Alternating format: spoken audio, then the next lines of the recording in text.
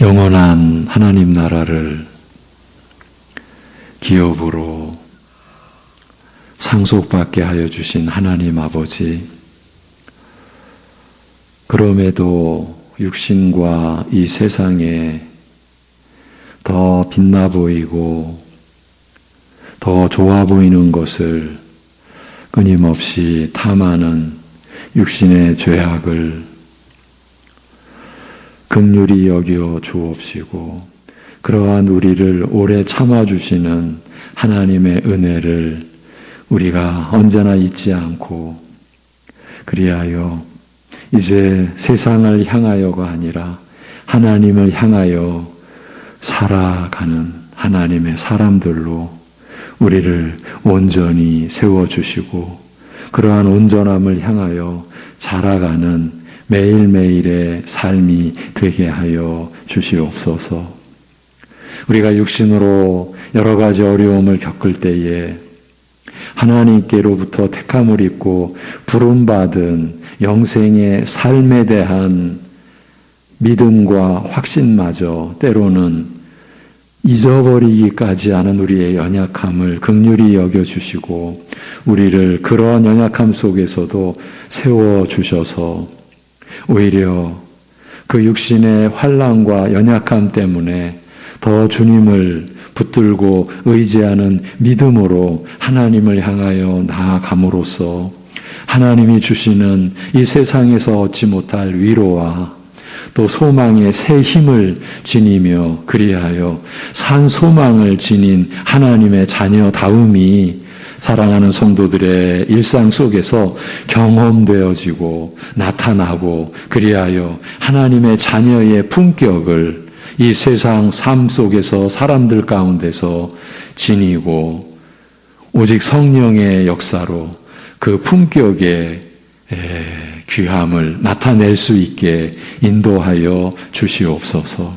그러기에 오늘도 하나님의 말씀 우리가 받고자 하오니 하늘 양식을 먹여 주시옵소서. 우리의 심령이 하나님의 그 말씀을 믿음으로 오직 성령님 의지하여 받아들일 수 있도록 하여 주시옵소서.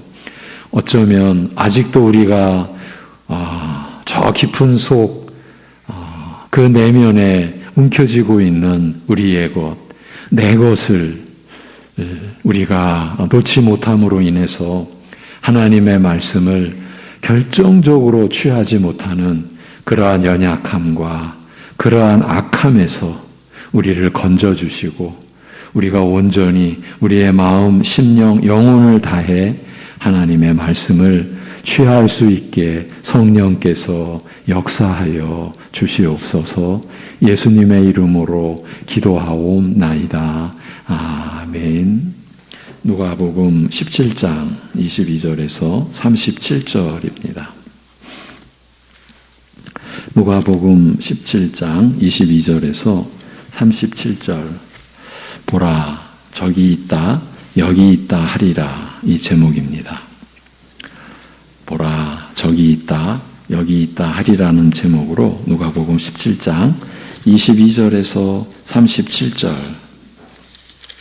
본문입니다.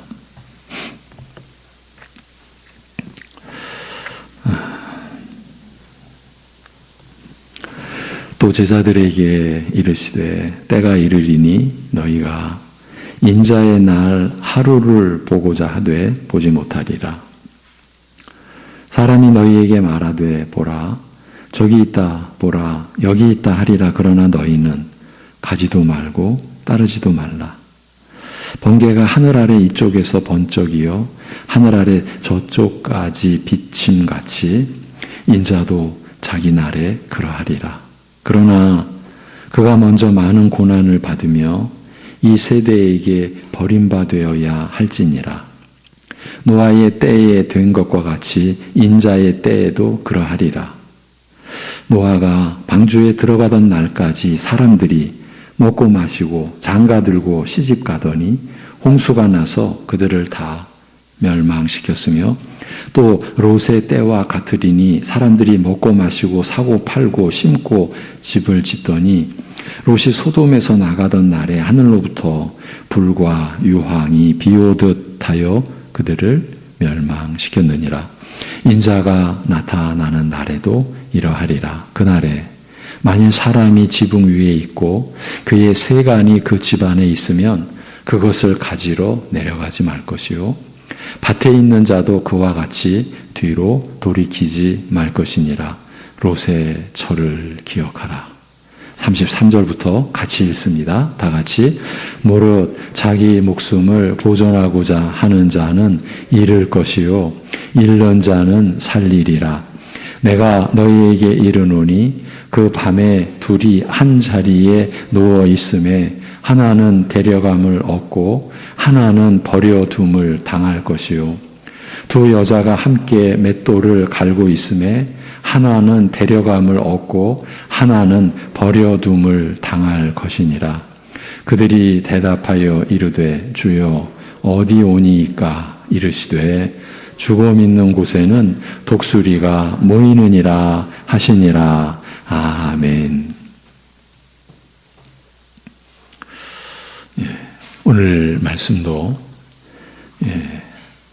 이 세상에 관한 내용이 결코 아닌 것을 본문을 우리가 보고 들으면서 충분히 느끼셨을 줄 압니다. 하나님 나라, 영원한 하나님의 나라에 관한 또 한 면의 중대한 내용을 담고 있는 말씀입니다. 하나님을 아는 지식과 하나님 나라를 아는 지식으로 그 지식을 우리에게 주시는 말씀으로 또 그 말씀을 통해 역사하시는 성령님의 은혜로 하나님 아버지께서는 자녀된 여러분을 세워 가시는 것입니다. 세상에 빠지지 않도록 죄악의 유혹과 시험에 여러분들이 실족하여 넘어지지 않도록 세워 가시는 것이죠. 그와 관련된 말씀을 오늘 우리가 함께 나눌 것입니다. 예수님의 가르침과 예수님께서 행하시는 일에서 세례 요한의 때로부터 힘있게 진전하는 하나님의 나라를 감지하였음인지 바리새인들이 예수님께 이렇게 여쭈었습니다. 이제 바리새인들에게서 이 질문이 나온 겁니다.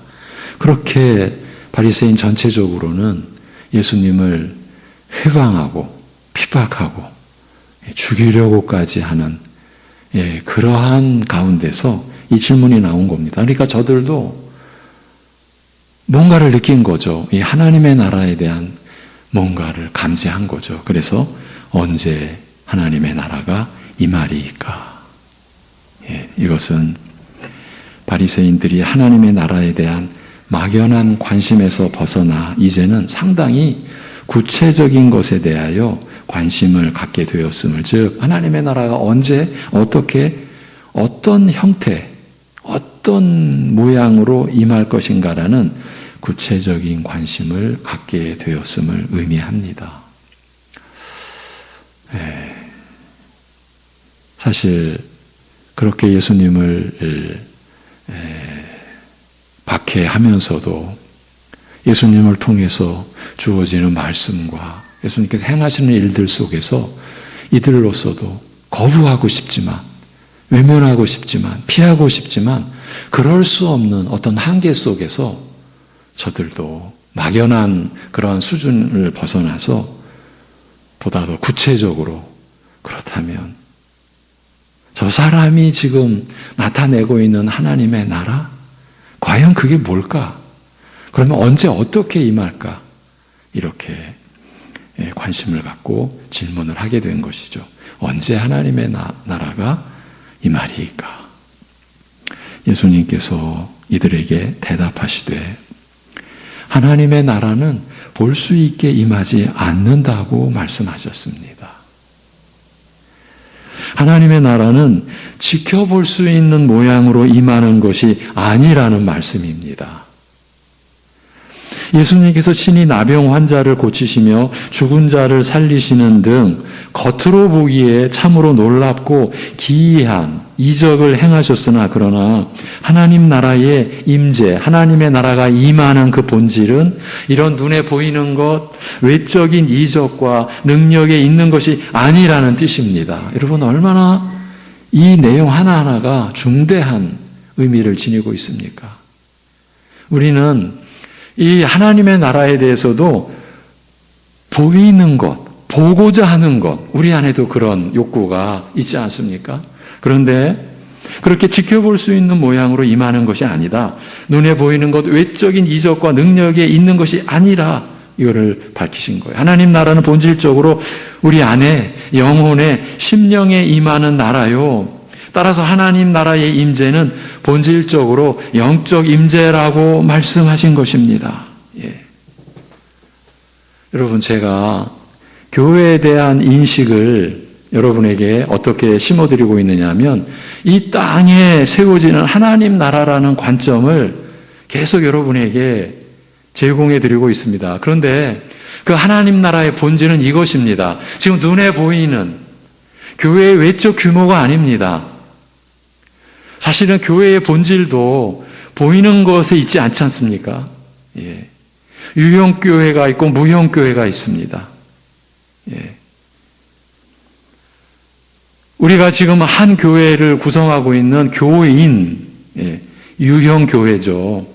그런데 이건 두려운 사실이지만 어쩔 수 없습니다. 하나님의 말씀으로. 그런데 진정한 교회는 무형교회입니다. 거듭난, 성령으로 거듭난, 온전히 그리스도의 그 은혜 안에서 하나님의 의를 입은 참된 교회는 무형교회라.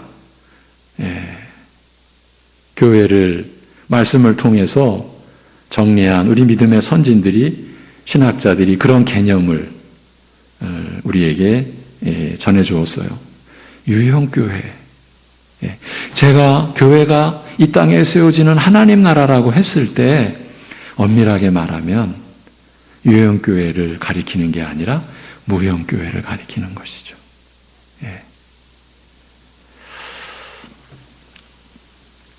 하나님의 나라는 본질적으로 우리 안에 영혼의 심령에 임하는 나라요. 따라서 하나님 나라의 임재는 본질적으로 영적 임재라고 예수님께서 말씀하셨어요. 사마리아인은 10명의 나병 환자를 치유한 사건에 유일하게 단순히 나병만 치료받은 게 아니라 영혼의 구원을 입은 사마리아인은 외적으로도 나병이 낫는 놀라운 이적의 능력을 경험하였고 또한 그 영혼이 모든 더러운 죄악에서부터 정결케 되는 놀라운 영적 이적, 영적 은혜의 능력을 경험하였습니다. 영적 이적, 영적 은혜의 능력을 경험한 분들도 여기 계시죠? 여러분들도 그 은혜를 입은 분이에요. 여러분들도 그 은혜를 경험한 분이에요. 그러나 하나님 나라의 본질은 어디까지나 그가 경험한 영적 은혜, 모든 죄악에서 정결케 된 곳에 있는 것입니다. 물론 그가 내적으로 경험한 이 은혜와 능력은 밖으로도 행실로도 그 모습을 드러내게 되어 있으나 어떻게 드러났습니까? 나병이 치료받은 것으로 또 예수님께로 돌아와서 하나님을 찬양한 그러한 모습을 드러내게 되어 있으나 그 근본은 어디까지나 우리 안에서 일어난 것, 영혼이 경험한 변화에 있는 것입니다. 이것이 하나님 나라입니다.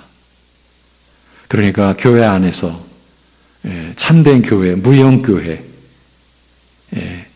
로서 하나님의 은혜를 입은 자들로 하나님 나라가 이 땅에 존재하는 것이에요. 따라서 하나님의 나라는 근본적으로 여기 있다, 저기 있다고 어느 한 장소에 국한시킬 수 있는 나라가 아니요. 이제 본질적인 이제 말씀입니다. 이제 제가 여러분들에게 이 땅에 세워지는 하나님 나라로서의 교회라는 그러한 가르침을 제시한 것과는 이제 좀 구별해서 이 말씀의 그 본래의 내용 안으로 들어와서 전해드리겠습니다. 하나님의 나라는 근본적으로 여기 있다 저기 있다고 어느 한 장소에 국한시킬 수 있는 나라가 아니에요. 즉 장소나 물리적 공간에 제한을 받는 나라가 아니에요. 다만 우리 안에, 우리 심령에, 우리 가운데 영적으로 임재하여 있는 것입니다. 겉으로 드러나는 놀라운 외적 모습은 영적 임재의 결과요, 외부적 표현이요, 영적 임재에 수반하는 은혜들 또는 하나님 나라의 영적 본질을 가시적으로 나타내고 상징하고 증거하는 표적인 것입니다. 역으로 예수님께서 행하신 수많은 표적들은 하나님 나라의 영적 임재를 영적으로 우리 가운데 그리고 우리 안에 임재하여 있음을 증거하는 것이었습니다. 그러니까 우리가 진정 보아야 하는 것은 예수님께서 행하신 수많은 표적 그 자체가 아닙니다. 그 표적 안에 하나님 나라의 영적 임재가 임한 영적 임재 그것을 보아야 되는 거죠. 여러분 이건 구약도 마찬가지입니다. 구약의 말씀을 볼 때 우리 이제 신자들의 입장에서 처음에 곤혹스러운 것은 이제 이스라엘 역사가 구약 이 기록의 전체 내용을 구성하지 않습니까? 그런데 출애굽한 이후에 가나안 땅을 정복하는 역사.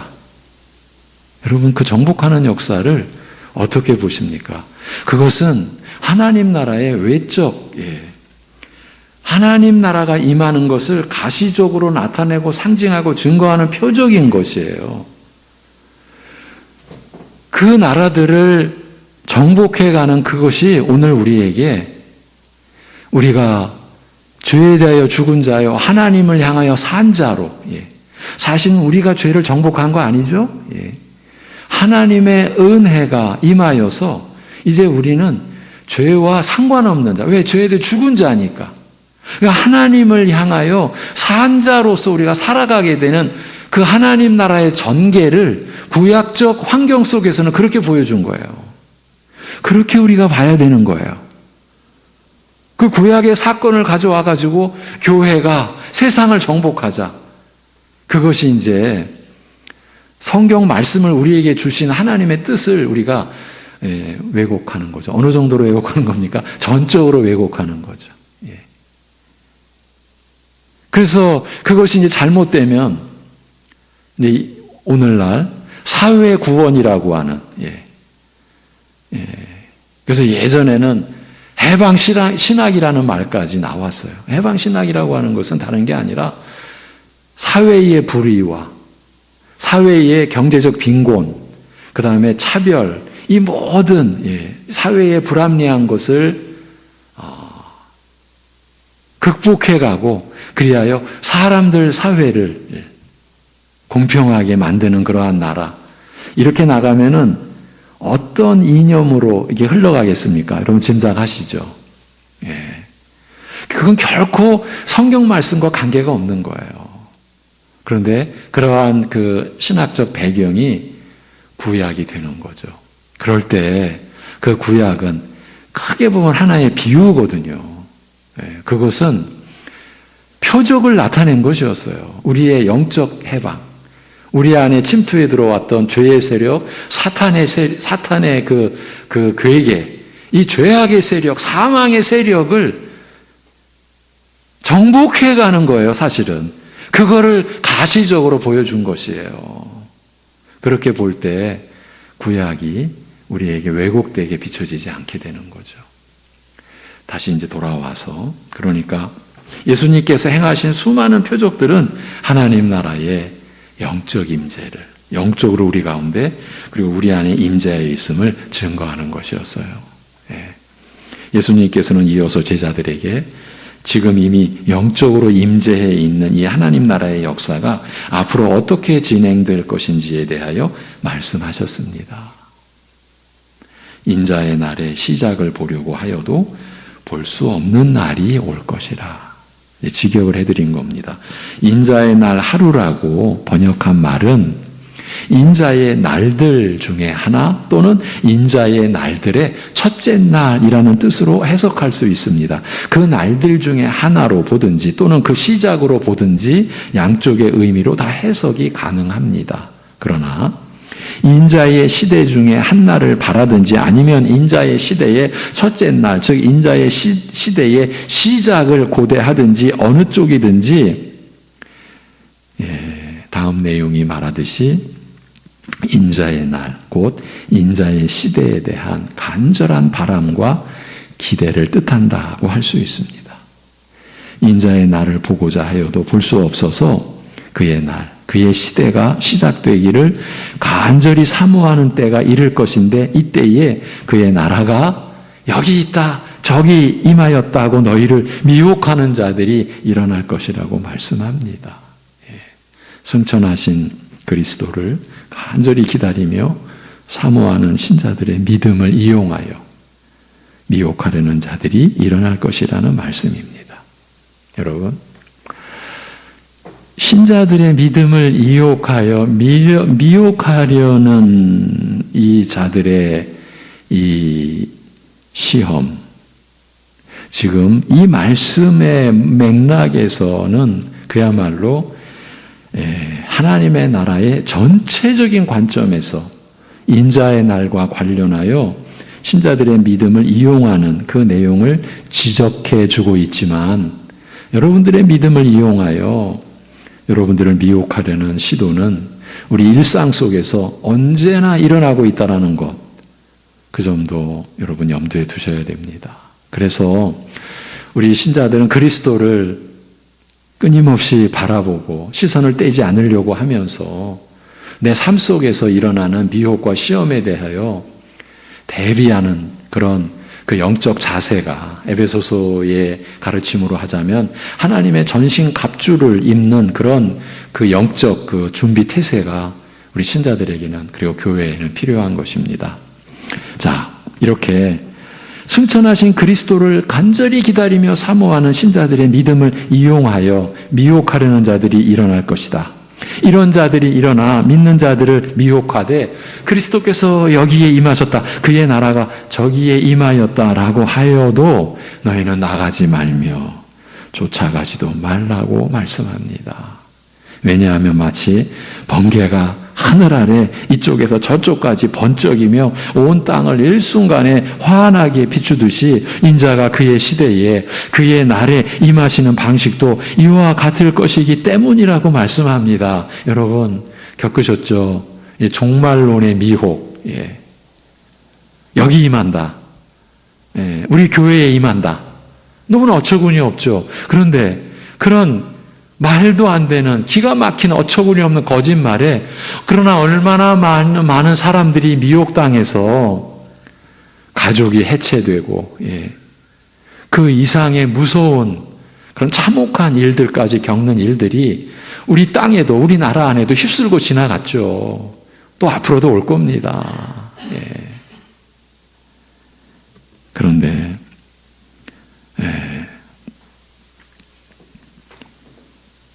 절대로 나가지도 말고 쫓아가지도 말라.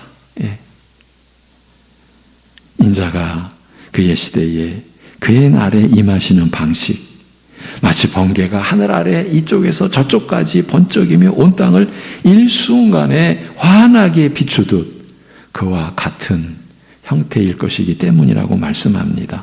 인자께서 그의 시대에 땅에 임하시는 모습은 여기에 있다, 저기에 있다 할 만큼 어느 한 부분, 한 지역에 국한하여 오시는 것이 아니라 온 땅 모든 사람에게 함께 일시에 임하실 것이기 때문에 어느 한 지역이나 장소로 찾아갈 필요가 전혀 없다는 말씀입니다. 그러나 이러한 인자의 날이 임하기 전에 먼저 일어나야 할 일이 있다고 말씀합니다. 이런 일이 없고서는 인자의 날이 올 수 없다는 뜻이요, 인자의 날이 임할 수 있게 하는 그의 시대를 가능하게 하는 중요한 일들이 있다는 말씀입니다. 먼저 인자가 많은 고난을 받고 이 세대에 의하여 버림을 받아야 할 것이라고 말씀합니다. 악하고 음란한 세대, 하나님을 거역하는 불경건과 불의의 세대에 의하여 버림받으시는 일이, 그리스도께서 많은 고난을 받으시고 십자가에 죽으시는 일이 먼저 있어야 그 다음에 인자의 날이 올 수 있고 또 오게 하리라는 말씀입니다. 그리스도께서 죄인을 위하여 많은 고난을 당하시고 죽으신 후에야 그의 영광의 시대가 시작될 수 있다는 말씀입니다. 그러나 악하고 음란한 이 세대, 부패하고 타락한 인류와 악한 세상은 그들의 구주시요 유일한 소망이신 그리스도를 쓸모없는 자로 배척하고 버리게 될 것이라 말씀합니다. 우리가 베드로전서에서도 모든 사람들이 다 버린 돌, 쓸모없다고 버린 돌. 근데 그 돌이 산돌이라, 살리는 돌이라. 이 얼마나 이 세상의 역설입니까? 인류의 유일한 소망. 근데 그분을 쓸모없다고. 여러분, 이것이 인간의 지혜입니다. 이것이 인간의 능력입니다. 자신들에 있어서 유일한 구주시요 유일한 소망이신 그리스도를 쓸모없다고, 그리고 배척할 수 있는, 버리게 되는, 여러분, 그게 인간의 지혜입니다. 나의 지혜입니다. 인간의 능력입니다. 그게 나의 능력입니다. 여기 예배당 외면에, 외 곁에 붙어있는 프랭카드, 잠언 3장 5절이죠. 자신의 지혜를 의지하지 말라. 우리는 매일 자기 지혜에 의지하는 습관, 영적 습관, 여전히 내 안에, 우리 안에 있잖아요.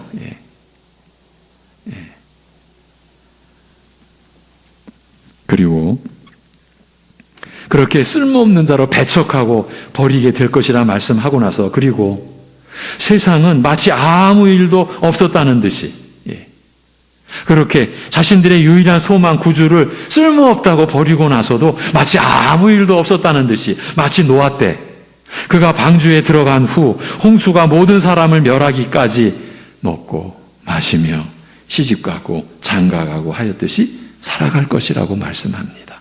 구원 얻을 자가 구원의 방주에 다 들어가고 심판의 날이 갑자기 이르기까지 영원한 나라, 하늘의 신령한 나라, 영생의 나라에는 무관심한 채 육적 삶을 즐기며 살아갈 것이라는 말씀입니다. 그저 먹고 마시고 시집가고 장가가는 삶이 인생의 전부요, 이것 이상의 거룩하고 가치 있는 삶이 있는 줄 모르는 채, 그리고 이런 삶이, 이런 세상이 영원히 언제까지나 계속될 줄로 믿는 착각 속에서 살아갈 것이라고 말씀합니다.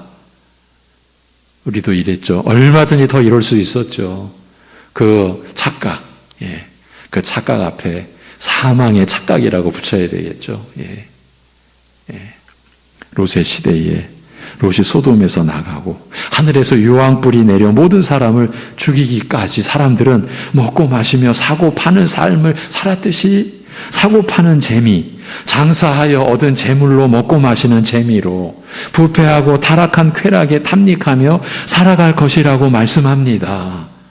그러나 노아나 롯의 시대에 사람들이 마치 세상이, 이런 삶이 영원히 언제까지나 계속되리라는 착각 속에서 살다가 어느 순간 갑자기 홍수가 나며 하늘에서 불이 내려 이들을 멸하였듯이 인자의 날도 이와 똑같이 나타나리라고 말씀합니다. 아무도 얘기하지 못한 때에, 모두가 세상에 취하여 살고 있을 때에 벼랑간 인자의 시대가 임하리라는 말씀입니다.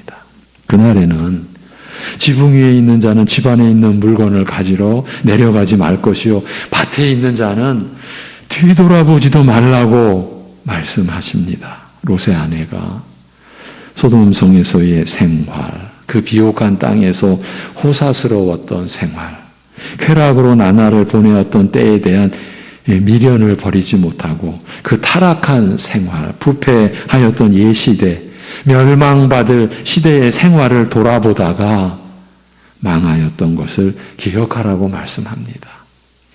누구든지 자기 목숨을 보존하고자 하는 자는 잃을 것이요 잃는 자는 살리라. 여기서 또 자기 부인의 이 우리의 믿음의 내용의 절대 근본이요 기본이 되는 말씀이 또 선언되어졌어요.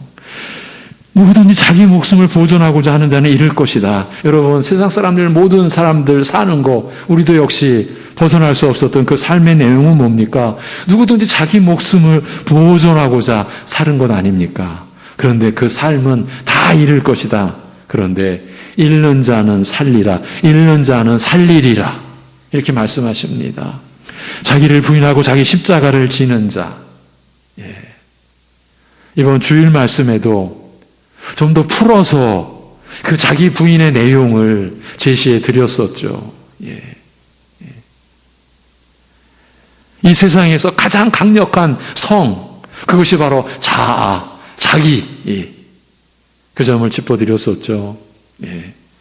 그래서 타락하고 부패한 옛사람, 옛생활, 육적 더러움의 성품을 벗어버리고 세상을 사랑하는 옛사람을 버리며 오직 그리스도께서 지으신 새 사람을 따라 사는 자가 구원에 이르리라고 말씀합니다. 마치 가장 값진 진주를 발견한 상인과 같이 내게 허락하신 이 새 사람을 가장 소중히 여기며 이를 위해 모든 것을 버리고 희생하는 자. 그가 가진 모든 소유를 팔아 오직 이 한 가지 보물을 얻으려는 자. 이 보물을 소유하기 위해 치러야 할 대가가 고난이라면 기꺼이 십자가를 지는 자세로 사는 자. 이런 믿음으로 사는 자만이 구원을 얻을 것이라고 하셨습니다. 여러분, 지금도 말씀을 드리면서 모든 소유를 팔아 또 모든 것을 버리고 그러면 팔고 버리는 그 행위가 또 우리의 귀를 채우고 우리의 마음을 채우는데 이번 주일 그 예수님께 나아가기 위하여 예수님을 바라보는 그래서 우리의 믿음의 근원이요 시작자이시요 또 온전케 하시는 이 예수를 바라보는 그 우리의 자세에 대한 그 말씀이 그래서 너무나 소중한 것이에요. 거기서도 믿음의 선진들, 히브리서 11장에서 이렇게 기록되어진 그 믿음의 선진들의 그 행위를 우리가 보면서, 야, 우리도 이렇게 해야 되는구나. 그런데 그러한 마음을 먹기 전에 우리에게 필요한 것은 그러한 행위가 나오게 된 그 바탕이 된 은혜. 그리고 그 은혜를 간직한 믿음이 그 바탕이 되었다라는 거예요. 그리고 그렇게 믿음으로 살아갈 수 있는 힘이 그리스도로부터 온다. 우리의 믿음의 근원과 시작자이시요 온전케 하시는 그리스도로부터 우리가 믿음으로 살아갈 수 있는 지혜와 능력이 온다. 우리가 절대 이 믿음의 이 원리라고도 할 수 있겠죠. 이거를 우리가 놓치면 안 되죠. 잊으면 안 되는 거예요. 그래서 우리가 믿음으로 하나님의 은혜 안에서 살아가는 것은 그리스도께로부터 온 그 믿음으로 살아갈 수 있게 하시는 힘으로 산 거예요.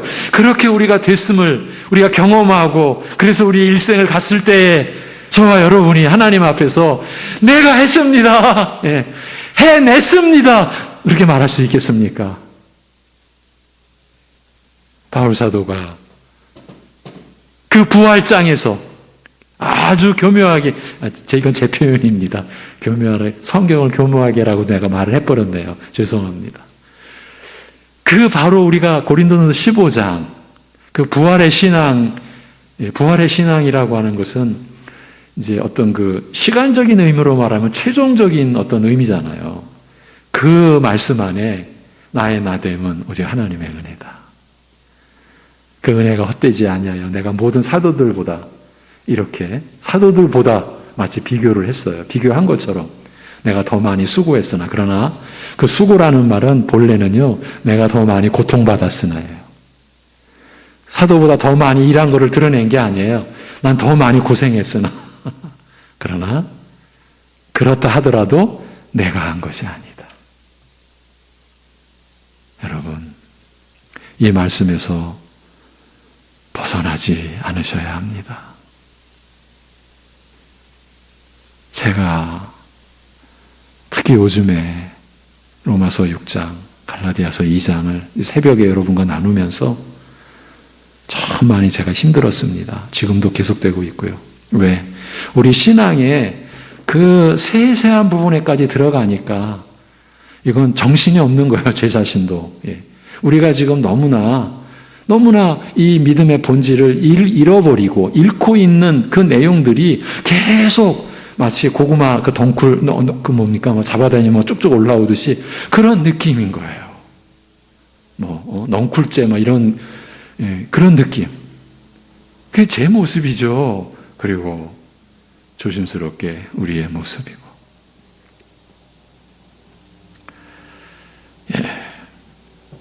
여기서도 그 말씀이 나오는 거예요.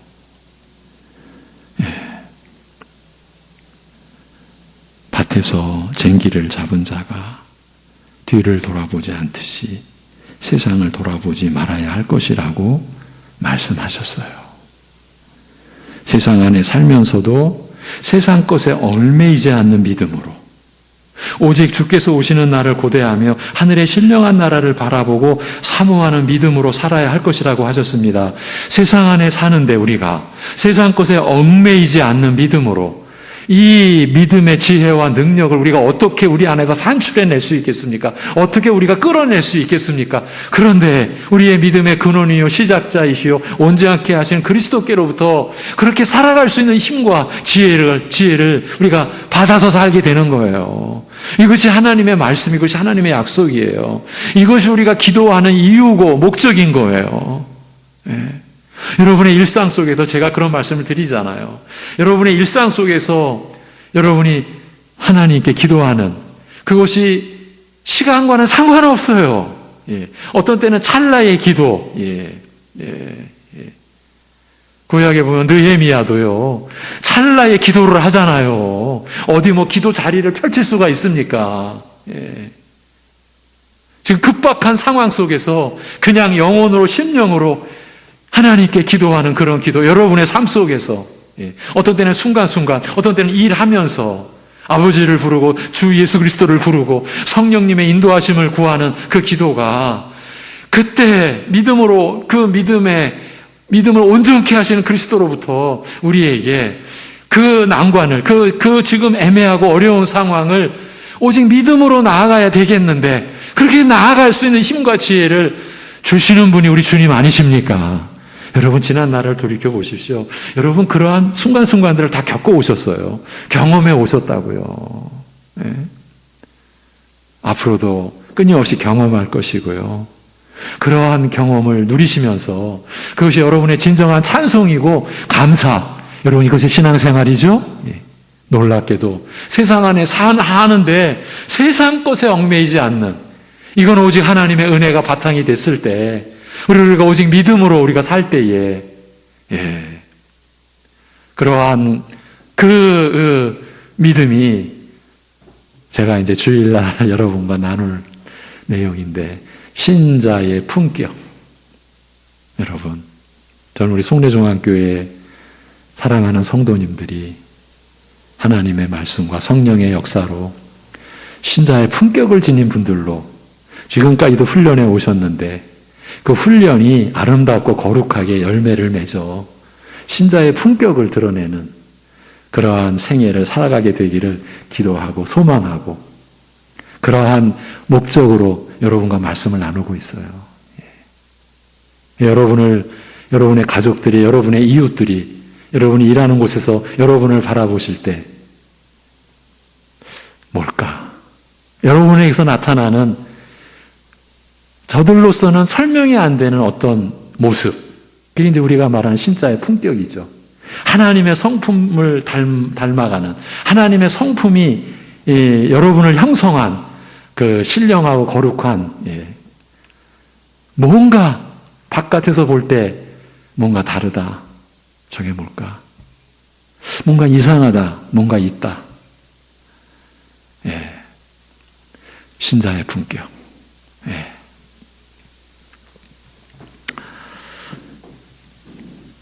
이런 믿음 외에 그 어떠한 조건도 그를 살리지 못할 것을 이외에는 구원하는 다른 방도가 없음을, 이 자기 부인의 믿음 외에는 다른 방도가 없음을, 그리고 이 믿음 여부에 따라 모든 사람은 근본적으로 죽고 사는 두 부류로 나뉘게 될 것을 다음과 같이 말씀하셨습니다. 그날 밤에 두 사람이 한 침상에 누워 자다가 한 사람은 취하여 감을 받고 나머지 한 사람은 버림을 당하리라. 사실은 두려운 말씀이죠. 두 사람이 함께 맷돌을 갈다가 한 사람은 취하여 가고 한 사람은 남겨두리라. 한 침상에 누울 만큼 가까운 관계, 그 부부와 같이 친밀하여 하나 된 관계도, 그러니까 이런 친밀한 관계도 믿음의 본질은 다를 수 있다. 그래서 제가 두려운 말씀이라고 한 거예요. 그래서 우리가 한 교회 안에서 우리가 믿음의 동일한 본질을 갖고 가기 위하여 우리가 수고해야 되고 기도해야 되고 그야말로 서로 위로하고 격려해야 돼요. 에베소서에서 믿음은 하나다. 근데 이 믿음은 하나라고 선언되는 말씀의 앞뒤가 너무 크거든요. 세례도 하나요. 주도 한 분이시요. 성령도 한 분이시요. 하나님 아버지도 한 분이시요. 그 안에, 그 말씀 안에 믿음도 하나 이렇게 해놨어. 그러니 내 식대로 나는 믿어. 상관하지 마. 이거는요. 제가 오늘 새벽에 요 구도로 딱 끝내고 제가 내일 아침에 좀 설명할 텐데, 난 내 식대로 믿을 거야. 이 말은요. 나는 율법 아래에서 그냥 그대로 살 거야. 말리지 마. 율법 아래에 있는 게 얼마나 무서운 건데요. 이 지금 우리가 말하는 이 믿음 아닌 삶, 그 전체가 율법 아래입니다. 율법의 정죄 아래. 벌써 느낌이 오시죠? 하나님의 심판 아래. 이 믿음은 하나입니다. 이것이 구원의 기준이에요. 성경에서 가르치는 믿음, 자기 부인의 믿음 아니면 믿음이 아니다. 그 말씀을 하는 거예요. 또 일을 함께하는 동료, 그 동일한 이상과 가치를 목적으로 하여 함께 일하는 공동 운명체적 관계도 영원한 생명과 영원한 죽음으로 갈리는 일에 있어서는 무의미하다라는 말씀이에요. 우리가 운명 공동체적 관계로 일하고 있어. 상관없다라는 거예요. 부부와 같이 그런 친밀한 관계도 무의미하다라는 거예요. 이게 하나님의 말씀이에요. 구원을 받느냐 받지 못하느냐라는 문제 앞에서는 아무 의미가 없다라는 말씀이에요. 우리는 친구니까, 우리는 두렵지만 부부니까 아무 의미가 없다라는 말씀이에요. 오직 자기 부인의 믿음을 가졌느냐 갖지 못하였느냐에 따라 생사의 길을 달리할 것이라는 말씀이에요. 이 믿음을 위해서 그리스도께서 죽으셨거든요. 이 믿음을 주시려고 성령께서 우리 안에 오셨거든요. 이 믿음을 갖게 하려고 할례의 언약으로 아브라함과 하나님께서 언약을 맺으셨거든요. 내가 너희들의 육적 마음을 내가 벗겨주리라. 그게 뭐예요? 내 아들을 죽이리라. 그리스도께서 죽으리라. 그래서 우리의 육적 몸, 옛사람을 그리스도의 죽음으로 죽게 하고 너희들을 새 생명, 새 사람, 새 본성으로 내가 만들리라. 그 새 본성이 자기 부인의 믿음으로 우리가 얻는 거거든요. 하나님 나라의 완성을 의미하는 그리스도의 날이 언제 어떻게 임할 것인지 가르치시며 믿는 자들을 취하여 그리스도께서 예배하신 곳으로 들이시고 믿지 않는 자들은 남겨두시리라고 말씀하시자 제자들이 주께 여쭈었습니다. 주여 어디니까? 주여 어디입니까? 예수님께서 그의 오심에 대하여 장소에 구애받거나 제한받지 아니하시고 온 땅에 동시에 임하실 것을 이미 밝히셨으므로 제자들의 질문은 주께서 임하시는 장소 또는 천국의 임재 장소에 관한 질문이라고 보기는 어렵습니다. 마지막 말씀에서 반복하여 한 사람은 취하여 감을 받고 나머지 한 사람은 버려둠을 당하리라 하신 말씀에 비추어 보면 각각 어디로 취하여 가며 어디에 버려두는가라는 뜻의 질문이라 여겨집니다만 시체가 있는 곳에 독수리가 모인다는 예수님의 대답을 감안한다면 아무래도 이 후자에 관한 질문이 아닌가. 즉 취하여감을 당하는 자는 당연히 천국으로 들어가겠으나 버림당한 이들은 어디로 가는 것인가? 이들이 어디에 버려둠을 당할 것인가라는 질문이라고 짐작됩니다. 이에 대하여 예수님께서는 죽음이 있는 곳에 독수리들이 모이느니라고 하셨습니다. 이제 이 예수님의 대답은 선지서가 그 배경이 됩니다. 선지서에서는 하나님께서 행하실 심판에 대하여 기술할 때에 흔히 새들이 저희 시체를 쪼으리라는 표현을 사용합니다. 이 표현은 하나님의 준엄한 심판의 그 상황을 비유적으로 표현한 거예요. 즉, 이 표현은 범죄한 자에 대한, 그리고 회개치 않은 자에 대한 하나님의 맹렬한 진노와 심판을 가리키는 비유적 표현이라고 할 수 있는 것입니다. 이런 비유적인 의미를 고려한다면 예수님의 대답은, 그러니까 주여 어디입니까? 라고 제자들이 질문한 거에 대해서 버림당하는 자들은 어디에 버려지는 겁니까? 이렇게 질문한 것에 대한 예수님의 대답은 구체적인 장소를 지시하는 것이라기보다 믿지 않는 자들은 하나님의 맹렬한 진노가 쏟아지는 곳에 버림을 당할 것이요, 그 비참함은 마치 전쟁터에서 죽은 시체들을 독수리들이 쪼는 것 같을 것이라는 뜻으로 하신 말씀일 것입니다. 오늘도 하나님 나라의 그 영적 임재라는 그 하나님 나라의 본질적인 명과 함께 이제 인자의 날, 인자의 다시 오시는 날, 곧 하나님 나라의 완성이라고 우리가 덧붙여 설명할 수 있겠죠.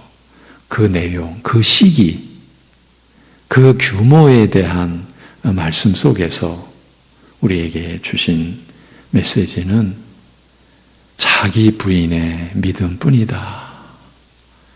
이 엄중한 배경을 가지고 결국 예수님께서 제자들에게 주신 핵심 교훈은 자기 부인의 믿음이다. 자기를 스스로 보존하려고 하는 자, 구원하려고 하는 자는 잃을 것이다. 그러나 잃는 자는 살리리라. 기도하겠습니다. 하나님 아버지, 믿음이 하나라고 말씀하신 가르침 앞에 우리가 엎드립니다.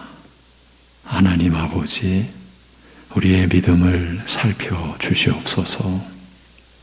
참으로 천국으로냐 아니면 영원히 버림받느냐라고 하는 것이 그 어떠한 관계, 어떤 친밀한 관계, 그것과 아무 상관없이 오직 자기 부인의 믿음으로 결정된다고 하신 말씀 앞에 우리가 우리 자신을 진정 살필 수 있게 인도하여 주옵소서. 아버지 하나님, 우리 송내중앙교회에 하나님이 불러 유형교회로 세워주신 모든 지체된 우리 가족들, 그야말로 자기 부인의 믿음으로 그리하여 그리스도의 말씀으로 성결케 된 하나님이 택하시고 하나님께서 영원한 하나님 나라의 기업을 상속받도록 하신,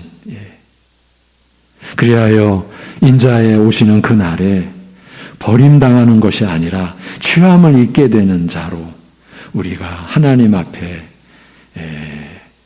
거두어지는 자로 나아가는 그 믿음을 우리가 구하고 우리가 하나 된 그 믿음을 함께 이루어가기 위하여 그 믿음을 회방하는, 그 믿음을 가로막는, 그 믿음을 어지럽히는 일에 결코 결코 참여하거나 관여하지 않도록 우리를 간섭해 주시고 우리를 가르쳐 주시옵소서. 하나님 아버지, 우리 온 성도들의 지금 형편이 어떠하든지 주님이 다 아시는데 그 안에서 우리 각자를 인도해 주셔서 전능하신 우리 아버지 하나님, 우리 각자를 이 자기 부인의 믿음으로 인도해 주시옵고, 그리하여 우리가 믿음의 하나됨을, 그리하여 성령께서 하나 되게 하신 것을 우리가 힘써 지켜가는 교회로 세워지도록 역사하시고 인도하여 주시옵소서. 이 모든 것을 주님께 의탁하오며 우리 주 예수 그리스도의 이름으로 기도하옵나이다. 아멘.